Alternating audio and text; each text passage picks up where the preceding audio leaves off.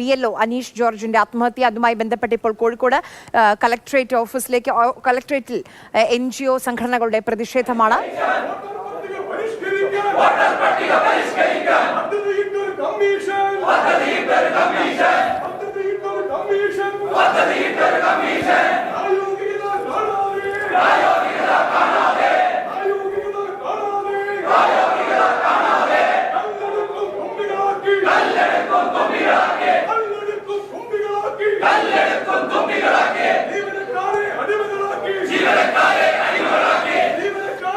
BLOക്ക് Kozhikode sub കളക്ടറുടെ കാരണം കാണിക്കൽ നോട്ടീസും അതിനിടയ്ക്ക് വരികയാണ്. ഫോമുകൾ വിതരണം ചെയ്തതിലെ കുറവ് ചൂണ്ടിക്കാട്ടിയാണ് നോട്ടീസ് അയച്ചത്. 984 വോട്ടർമാരിൽ 390 പേർക്ക് മാത്രമാണ് BLO ഫോം നൽകിയത്. അതുകൊണ്ടാണ് നോട്ടീസ് അയച്ചത്. ഇംതിയാസ് കരീം വിവരങ്ങളുമായി നമുക്കൊപ്പം ചേരുന്നുണ്ട്. ഇംതിയാസ്, ആദ്യം ഈ നോട്ടീസിന്റെ വിവരങ്ങൾ പറയൂ. എത്ര ദിവസത്തിനുള്ളിൽ ഈ 1000-നടുത്ത് വോട്ടർമാരിലേക്ക് BLO എത്തണം എന്നുള്ളതാണ് കളക്ടർ പറയുന്ന കാര്യം?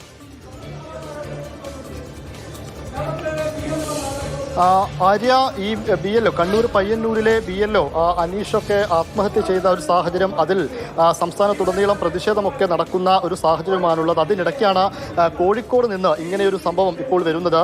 അതായത് സബ് കളക്ടർ BLO ആയിട്ടുള്ള BLOക്ക് ഒരു നോട്ടീസ് നൽകിയിരിക്കുന്നു. ആ നോട്ടീസിൽ, അതായത് PWD സീനിയർ ക്ലർക്കായിട്ടുള്ള അസ്ലമിനാണ് നോട്ടീസ് സബ് കളക്ടർ നൽകിയിരിക്കുന്നത്. ആ നോട്ടീസിൽ പ്രധാനമായിട്ടും പറയുന്നത് ഒരു മാസം സമയം, അതായത് 4/11/2025 മുതൽ 12/11, അതായത് 11/12/2025 വരെയാണ് അതിൽ സമയം നൽകിയിരിക്കുന്നത്.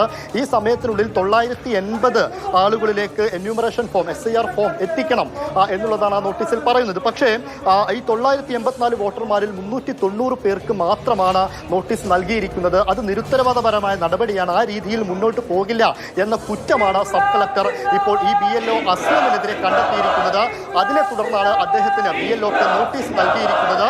പക്ഷേ ഇനിയും സമയമുണ്ടെന്നിരിക്കെ, അതായത് 14/12 ആവാൻ ഇനിയും ഒരുപാട് ദിവസങ്ങളുണ്ടെന്നിരിക്കെ ആണ് ഇങ്ങനെയൊരു നടപടി സബ് കളക്ടറുടെ ഭാഗത്ത് നിന്ന് BLOക്കെതിരെ ഉണ്ടായിരിക്കുന്നു എന്ന് വേണം നമ്മൾ മനസ്സിലാക്കാൻ. എന്നാൽ ഇതുവരെ ഈ സംഭവത്തിനൊരു വിശദീകരണമൊന്നും, ഈ നോട്ടീസ് നൽകിയൊരു വിശദീകരണമൊന്നും BLOയും തിരിച്ച് നൽകിയിട്ടില്ല.